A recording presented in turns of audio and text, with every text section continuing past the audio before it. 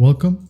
In this video, I'll show you how to change payment methods on TikTok ads. All right, as you can see here, I'm at ads.tiktok.com. In here, I'm just going to go ahead over to the top. And here we have these tabs, okay? Just hover your mouse onto tools and look for settings, okay? Here, now click on finance.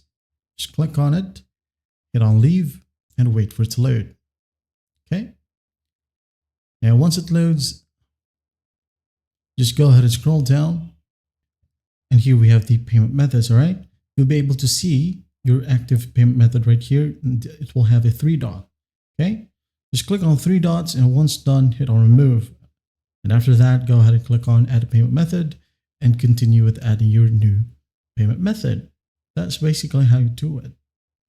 And once that's done, you're good to go. Well, I hope this video helps and I'll see you in the next one.